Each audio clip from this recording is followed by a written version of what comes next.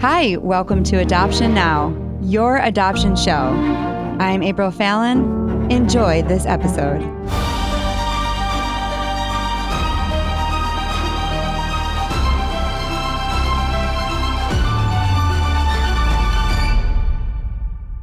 Welcome to Adoption Now, telling your adoption story on your adoption show. I'm your host, April Fallon. If you're new to Adoption Now, we tell stories from the perspective of adoptees, birth parents, and adoptive parents. My husband, Noah, and I have tried to adopt 7 placements, but only finalized on 4 children. So we definitely know the joys and challenges of adoption. We never imagined that our radio program in Denver would become the international podcast you hear today. We are also a nonprofit. Thank you for any of you who have donated to keep these stories going. We so appreciate it and we so need it. You can find all of our episodes at adoptionnowpodcast.com or wherever you listen to podcasts. We're also on Audible and YouTube. All right, wrapping up season 7 here in Phoenix. And we would not disappoint you without including an embryo adoption story. Woohoo! We're so excited. Michael and Naomi VC are from Pennsylvania. Hey guys, welcome to the show.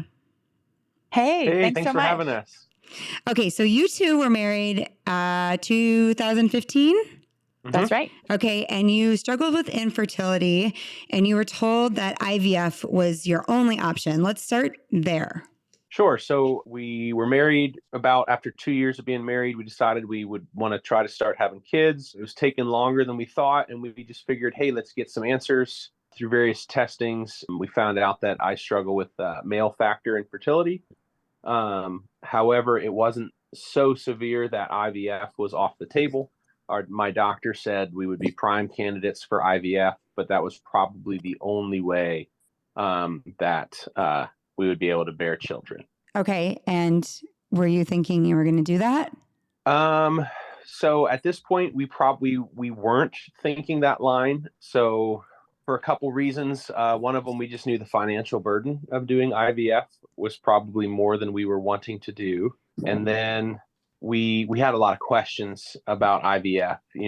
How would that affect Naomi's body? We had some hesitations about, fertilizing more embryos than we would be able to use, which we didn't like that idea. So together we had kind of decided that IVF was probably not for us and we would start pursuing other options. We were also really drawn to adoption. My mom was adopted, so it's always been on my mind as something that, I grew up knowing it to be a good thing and always was interested in it. So I think God had kind of planted that seed in me as a child. So when we heard IVF was the option for us fertility wise, we started praying about, well, maybe carrying a child isn't our story. And so we kind of started researching all the options, which of course felt overwhelming. So how did you get to embryo adoption? So this is like our favorite part of the story, which is just how God started kind of dropping hints and crumbs for us that we just day by day slowly were picking up on, and we just believe him to be really good in that way. Michael's sister-in-law sent us a website, and she said, hey, I know you have talked about foster care and adoption. I just landed on this, and it's called embryo adoption, and it looks like it has something to do with IVF, but not really. Like it wouldn't be your embryo. So we were intrigued and had never heard of it before. I had heard of snowflake babies, but I didn't understand that it was actually an adoption situation. So yeah, I just started reading their website. Their website is embryodonation.org. So that's where I started reading. That was with the National Embryo Donation Center in Knoxville, Tennessee.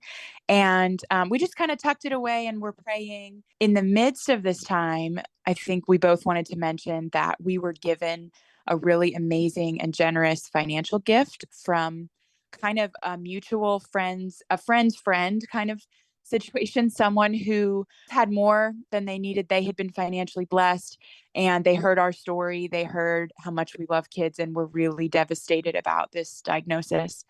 And they approached us and said, we'd love to help. Can you let us know what you're thinking and kind of, how we might be able to help? And of course we were blown away. So we started researching other options, like even international adoption, which, does cost more. We knew that.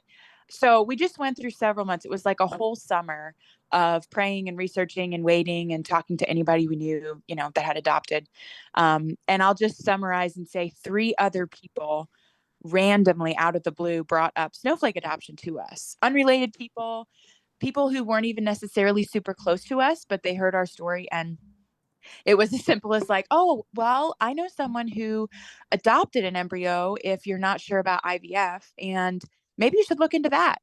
So it just seemed like after 4 times, it just seemed like, okay, this is unavoidable. We need to look into this. So that's when we called the clinic in Knoxville, and that's where our journey started. Is it expensive?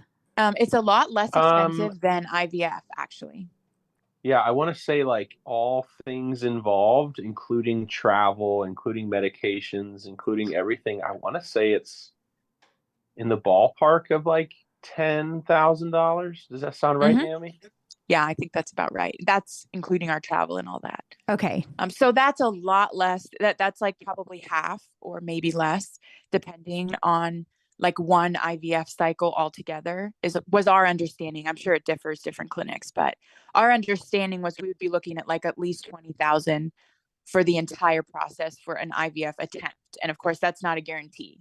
Okay. $10,000, which is also substantially lower than, traditional adoption. So Right. $10,000 for a lot of people that are listening to this are thinking, oh my gosh, that's doable. Except Mhm. for you mentioned travel. So I think that is where people are like, wait a second, why are you traveling? So let's just get into the logistics of how it works. So you called, right? You called, or did you look Yeah. online, or what's the next step once you So decide? there's a really easy like online inquiry form that I think we did, and then there's also an online application. So I think I called to get a little more information and find out like how sure we needed to be to apply. And that was just a brief conversation. And basically, you're not committing if you apply. So we prayed about it for several months. I was like 100% sure that I wanted to pursue it. I think God just gave me that peace. I was really excited about the idea of carrying a child. That was something I had been really grieving. And again, our heart for adoption. So we filled out the application a few months later. It wasn't a commitment. There is a cost involved. It was $400 when we did it a few years ago. So that is a cost. You're putting some skin in the game to apply. But that means they're going to, also spend some time like looking at your profile, looking at some basic medical information. They'll want to know if you had any miscarriages or, basics of where you are at in your fertility journey. There is an age limit. I believe it's closer to 40 for the mom. There's an age limit for the mom, I should say. And they have a few other questions just to get to know you. So that was our first step. And then very quickly, like within the next day or two, they contacted us and were so warm and welcoming. And, then they sent us a lot of information, a whole packet in the mail and some emails that just kind of helped us dig deeper into like, is this for us or not? So that felt really safe to us to do it, to get more information and then to have some personal interaction with them. The next step, yeah, is a trip. So after we read kind of all the information and after we had been approved for a first visit, basically they read over our profile and said like, yes, you could maybe be candidates. Come and meet our doctors, come and meet our staff, see what we do. And I'll say right here that it is a faith-based organization. So they are really different than just any other fertility clinic. That was a huge draw for us. So we were living in Houston, Texas at this time. We could have absolutely gone through our clinic to do IVF. We could have even gone through our clinic to maybe pursue purchasing an embryo.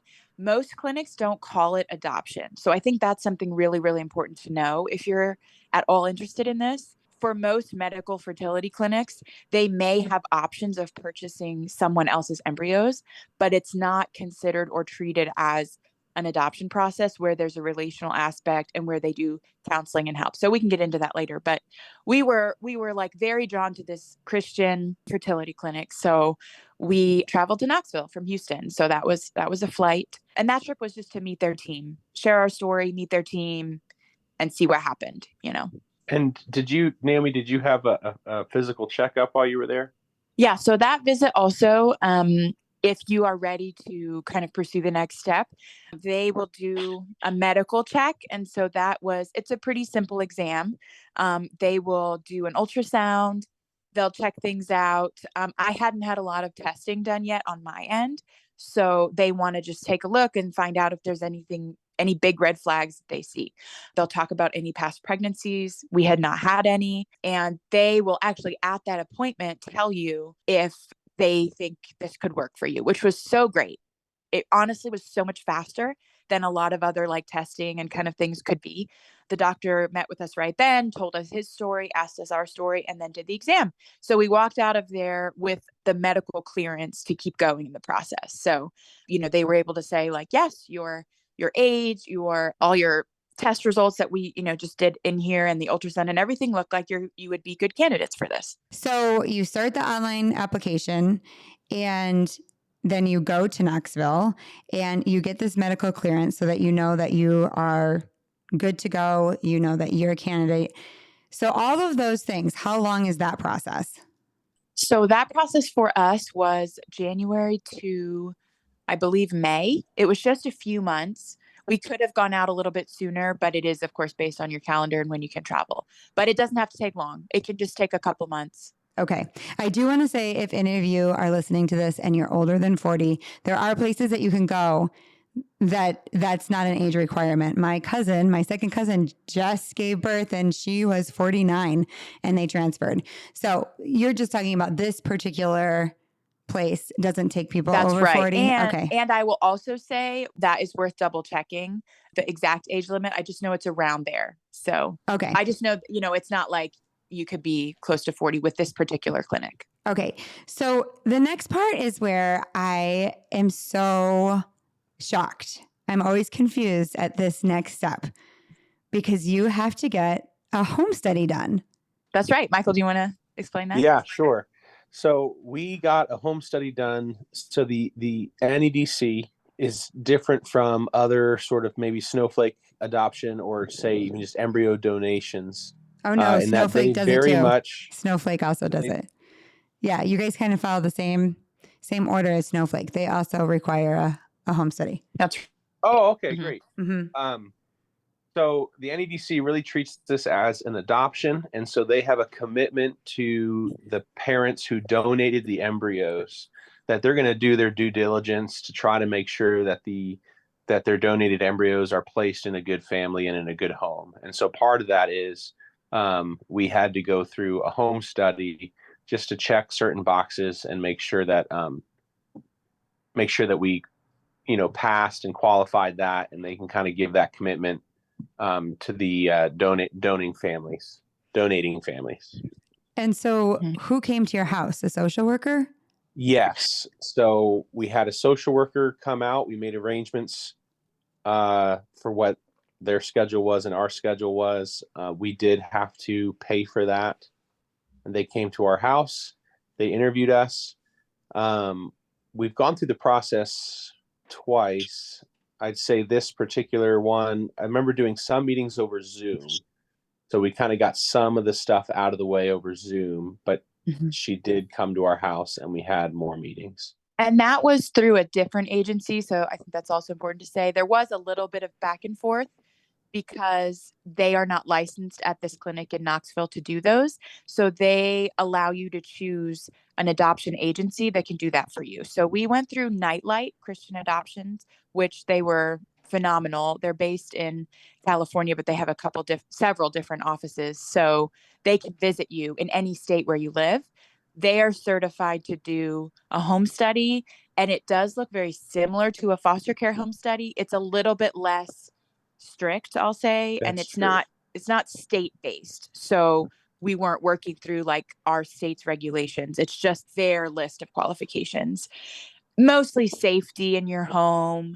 They'll ask a little bit about your neighborhood. There's paperwork leading up to it, of course, clearances. We had to do fingerprinting. So there is a whole stage, a few months where you're working on that. You're working on the paperwork. You're not pregnant yet, if that makes sense. So yes, it does make sense. I find it interesting just because it doesn't even go anywhere, right? It's not going to go to the state to get approval. Where does it go?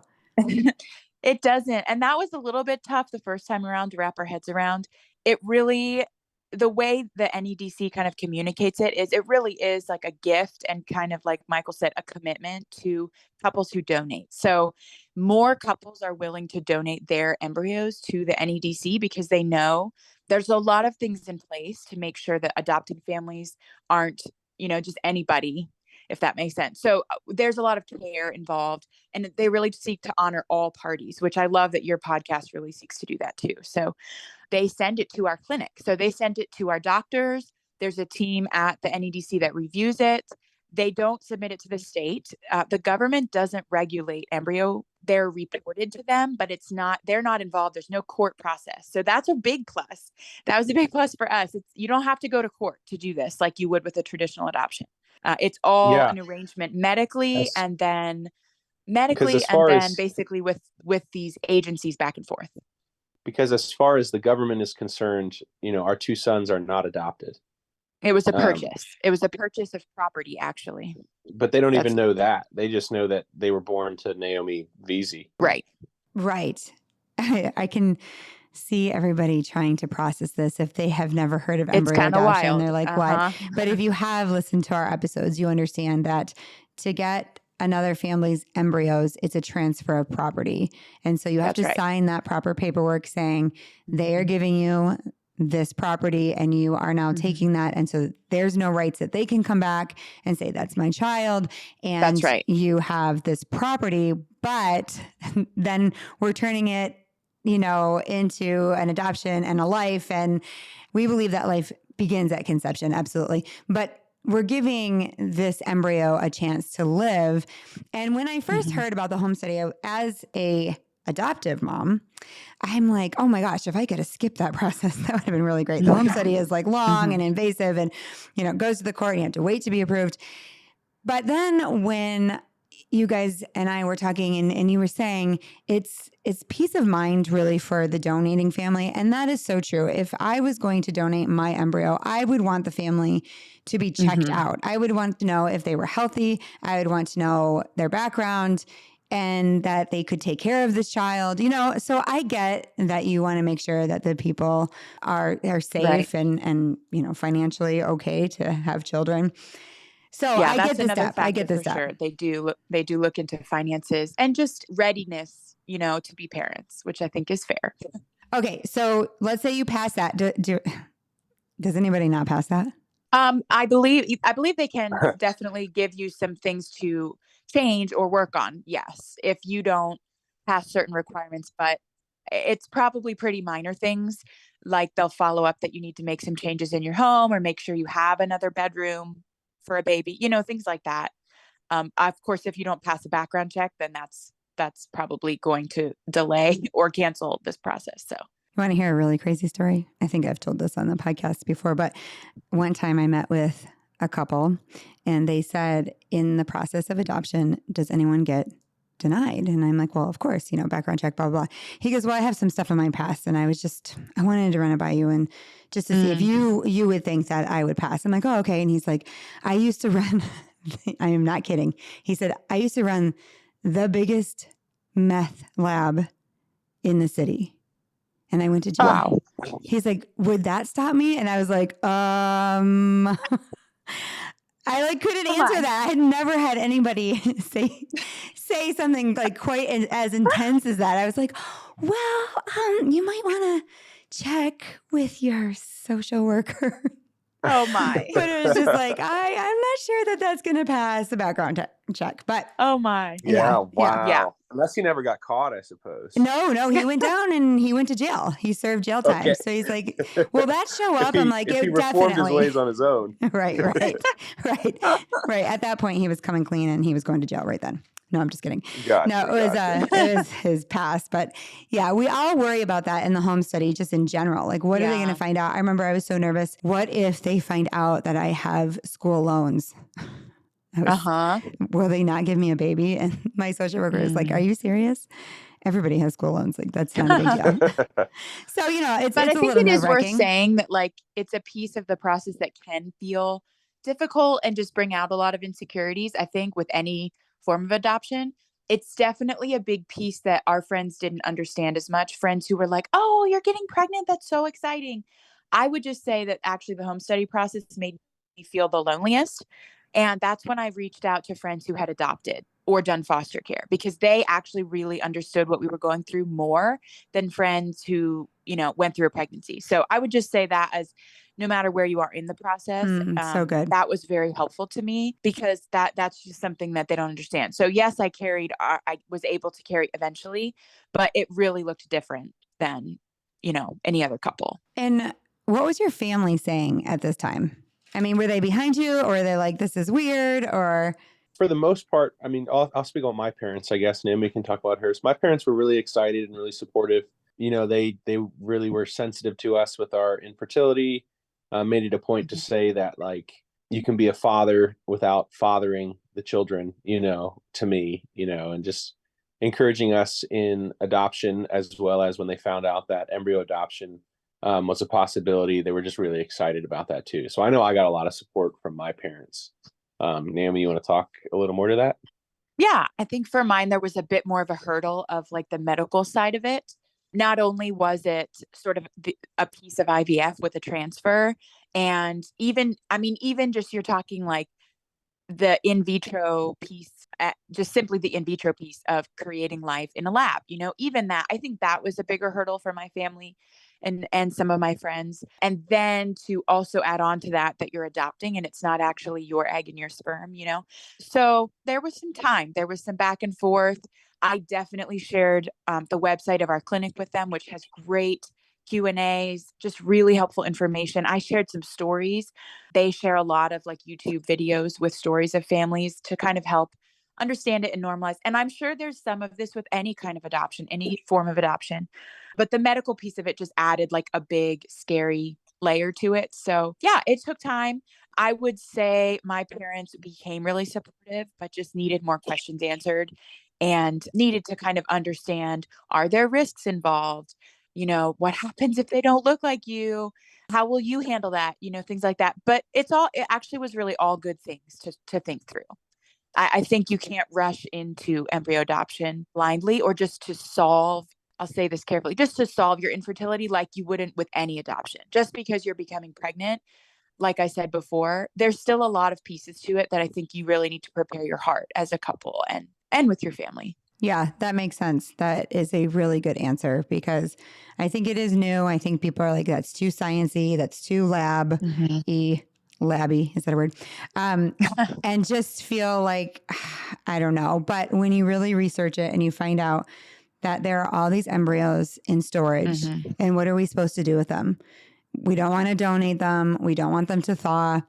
And possibly there are people who can't continue to carry all of these embryos, right? They're done having children, or Right. medically they can't. Right. What are we supposed to do? And embryo adoption is giving an embryo a life. And when you really lean into that and you start hearing stories, I have chills right now. It just becomes very exciting. It's like, oh my gosh, I can't believe that God would open the door for people to adopt in this way. And it's just, I don't know. I don't like the word magical. That's not the right word, but it's just like awe-inspiring. It's like, oh my goodness. It's such a beautiful, beautiful thing. I want to talk about how you got matched. Like, how do you match to other families? That's a great question. It's a process. They basically have a large database, donor families. And I'll start by kind of breaking it into two sections. You can either look in kind of two pools. One pool is where the donating parents said, we would like to have some sort of openness with the adoptive couple. And then there's another pool where they've chosen to remain anonymous. They say, no, we don't want to know anything. Just let us know if a pregnancy was ever achieved. So we kind of approached this and we thought, me personally, I was more drawn toward picking from the anonymous pool, because I didn't feel comfortable about the idea of having to negotiate with the donating parents on like sort of what that looked like, how involved they would be, do I have to send them a picture on their birthday every year? I just didn't want to open that door. Probably part of it was just because of maybe just some personal pain I was dealing with my own infertility. I just was definitely drawn more toward the anonymous. So Naomi and I decided to look at the pool of anonymous parents. And these are parents that chose to be anonymous. They donated their embryos and said, we don't want to have a connection. And so from that pool, there were, I mean, I want to say hundreds of profiles where we There look were. at mother and father, basic profiles where we get information on their physical characteristics, educational background, some hobbies, some interests that they have. And it was quite overwhelming. Naomi and I were like, how do we possibly narrow this down to like 5 or 6 embryos, or 5 or 6 profiles, out of 100 or so? And a lot of it was through prayer, but also some of it was like, hey, let's not overanalyze this. Let's make it a little simpler. And let's say, hey, you're 5'4" and I'm 6'4". Let's just start looking for profiles that even just meet that, that are similar in height, and then that narrowed it down a little bit more. And then we just narrowed it down until we came to about 5 or 6. I guess typically you would maybe pick one donor or 2 donors if they had multiple embryos available. But we chose to go with, and this will probably be a future question, but we chose to go with single embryos. So we narrowed it down to about 5 donor families with 1 or 2 embryos left. And we would reserve those. And the clinic, the NEDC would also, reserve them as ours so no one else could pick them. And then we would proceed with the process. Yeah. And I'll just say too, that they leave that decision up to you. You can choose one primary donor that you really, really love and fall in love with several embryos left. One of the ethical dilemmas of IVF is, especially in the early years, they were fertilizing, up to 20, 25 eggs to get the best chance. So there are some donor couples, and this is true of any clinic, not just our clinic, especially from earlier years, that you might see have 10 or 12 or 15 left. Some of them have 3, some of them have 1. So that is just something you would have to discuss, kind of like with traditional adoption. You have to kind of figure out, what age are we open to, those kinds of questions. So we felt really clearly drawn to the embryos that were the last ones, or one of 2 left. The clinic shared with us that these are just really rarely adopted, or they're less likely to be adopted, because couples are really longing for a family. They're longing for siblings. So a lot of couples like us would go in and choose a family with 5 or 6 or 8 embryos and hope to build their whole family with genetic siblings. That totally makes sense. And I understand where that desire comes from. I think that's beautiful. We think that's beautiful to be able to go back for siblings, and then your children grow up and they are related to each other. They have that kind of connection. I think that's amazing. We just personally really felt drawn to those last ones, thinking like, wow, if all of them get overlooked, then someday there will be thousands and thousands of the last one. So that broke our hearts, and we just decided, you know what, we're going to have a unique story. We're going to be a blended family. So we don't really have a problem with our children being different DNA. That's just where we landed. Okay, now talk about what you had to do to get your body ready. Yeah. So this was another big part. It was a big transition once the home study's over. Once you've chosen your embryos, then the paperwork is all over. And then it really shifts to the medical side of things. And it shifts to the fertility stuff that maybe a lot of couples already kind of know about if they've done IUI or anything else like that. So with embryo adoption, you do avoid the egg retrieval altogether. From what I understand, that can be the most brutal part, where you're really manipulating your body to release more eggs. We didn't have to do that at all. That was a big draw for me. However, you do still have to line up your cycle to just the right timing for a transfer. So it's several different portions of medication. You start with just a basic birth control. You kind of clear out, you start over with a cycle. And sorry if this is TMI to some families that haven't been down this road, but you would have to go down this road if you chose to do this. So so you just kind of like get a clean slate. And then you go through a series of ultrasounds to just monitor and kind of see what your body's doing. And then you'll start a couple different medications that will ease your way into it and prepare. So the goal is to imitate an early pregnancy by the time you get to the clinic. So your uterus needs to be ready to take and to receive an embryo that's either 1 or 2 days old or 5 to 6 days old. And that kind of gets into some of the science of it. I don't know if we want to go there, but basically the doctors worked with me and sent me an exact protocol.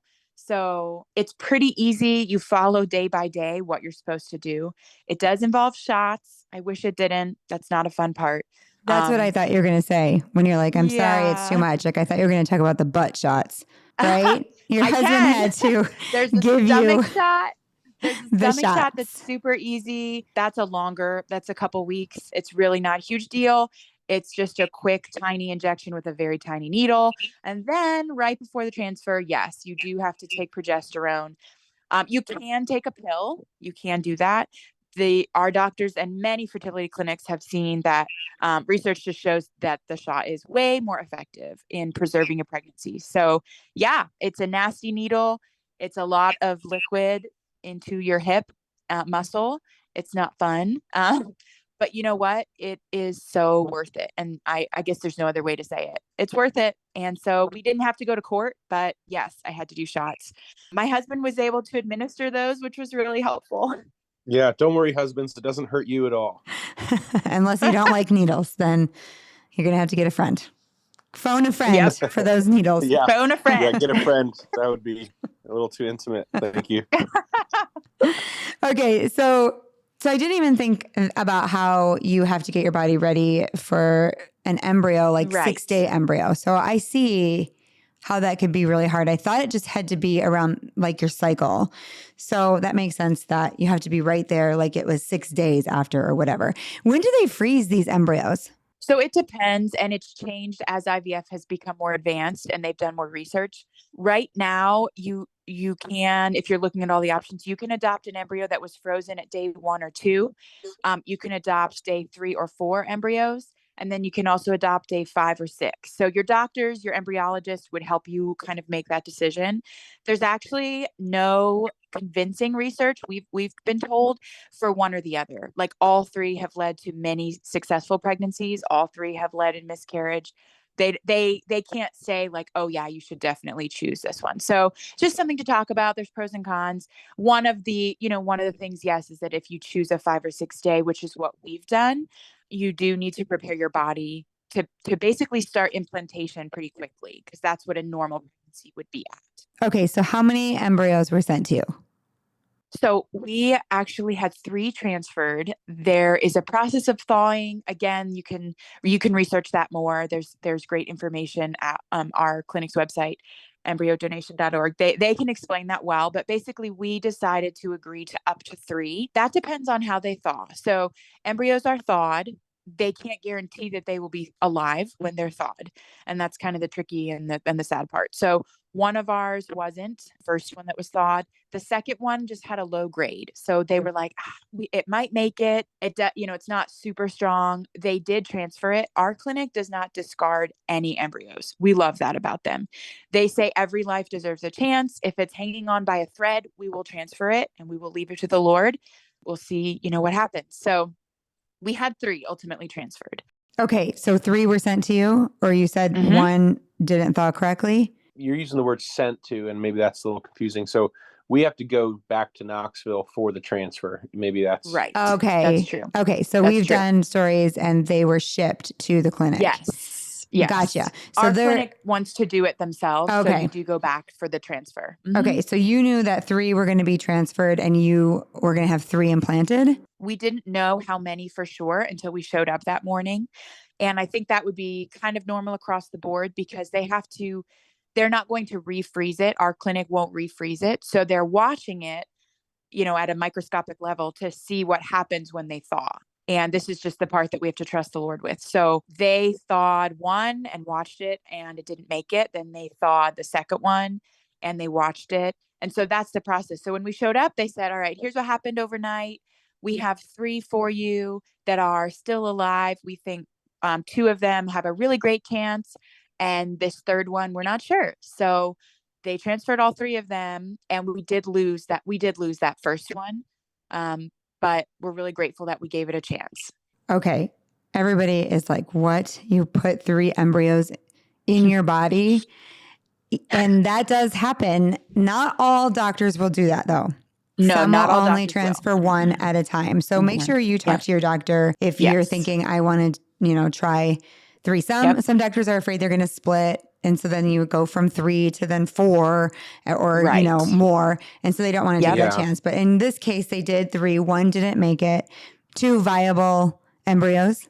Yeah. And I want to, if you go to the embryodonation.org and look at the information for the NEDC, it does say typically it's 1 or 2 are transferred and, rarely, but sometimes you transfer up to 3. Mm-hmm. Okay.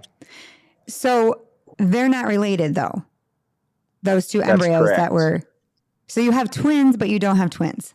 So we have twin boys because they were born, in the same day, pregnant, carried. They're not genetic siblings. So we often get the comment of, oh, they're twins, but they're not identical. And that's because they're very much do not look alike. So correct. They are fraternal twins. Okay. But they still consider them twins. Right. I suppose like DNA wise, no, but yes, the pregnancy it was called a twin pregnancy, a multiples. Mm-hmm. I think the definition of a twin is that, you're born at the same time. So, okay. It doesn't actually involve conception. I think this is the coolest thing in the world. Like you adopted 2 babies, you carried them. They're not related, but they're twins. They could start a show. Yeah. Or they could say something hilarious like in school, like, instead of being called separated at birth. We were brought together at birth. We were adopted at the same time and born at the same time. Oh, did different people? No. Our mom. And then everyone would be like, what? That is wild. Really cool. It really is wild. How was your pregnancy? We were blessed with a really smooth pregnancy overall.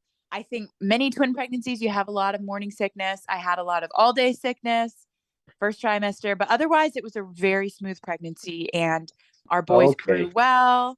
And I ended up with preeclampsia and some issues at the end, ended up doing a C-section, but it was a great pregnancy and just was, we were so excited. We just literally couldn't believe it the whole time. Oh my goodness. I was going to say, let the husband answer that question. Oh, yeah. Sorry. There was a lot of nausea and sickness in the first trimester. And then towards the end of the 3rd trimester, she did develop preeclampsia. And so there was definitely a lot of monitoring and wanting to make sure that she was okay, as well as that the boys were okay. And by God's grace, we made it to 37 weeks and she was able to deliver, at full term. But and what are their names?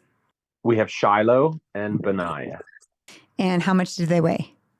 They were both almost the exact same. I want to say Shiloh was 5 pounds and 15 ounces, and Benaiah was 5 pounds, 13 ounces. And how old are they now? They turned 2 the end of September, so 2 and not 2.5, basically. And do you have open adoptions? Do you know their parents, their donating parents? No. So this one was anonymous, so we don't know them. Okay. Their parents were notified when there was a birth, and our clinic does seek to confirm DNA, which we value because then they can have their medical records. Then the boys can go through their life knowing some things about their medical background. So, so their parents were notified, and they do a DNA test, which is simple. We paid for that for the boys. It's just a cheek swab. It's real simple. And so, our boys were frozen different years. So if you transfer embryos from different donors, then there are a lot of differences that we wanted to make sure we knew about their stories. Wait a second. How old were the embryos? Benaiah, his embryo, he was frozen as an embryo in 2003. And then his parents did go on to have a couple siblings, but they were not able to return for their last embryo.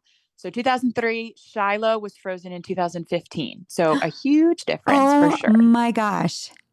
That is so crazy. It's crazy. So they have all these years different, but they're the same age.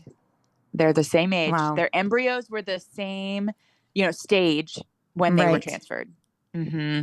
Oh my goodness. That's a whole nother podcast. I mean, were it not for the Lord and our confidence in his sovereignty, we would be just freaking out the whole time. I'm sure. But we just had to trust him. We just had to say, we want to honor life and give these little lives a chance. There's no other way. I kept telling myself that, like, there is no other way. So if parents can't get over the weirdness or like the uncomfortableness of this, like thousands and thousands of embryos will just never have a chance. So Yeah, you're absolutely right. Okay. And you guys have big news, right? yes, we are headed back to Knoxville in about a little less than 2 months for another transfer, praying that the Lord may give us the chance to have another baby. So yeah, we're really grateful. And are you going to go for twins again? I Depends think on who we're you gonna ask. go for one. We'll limit the transfer to 2 this time instead of a possible 3. Oh my gosh, that's so exciting. You guys will have to come back on the show, okay? We'll update you. Yes, update me.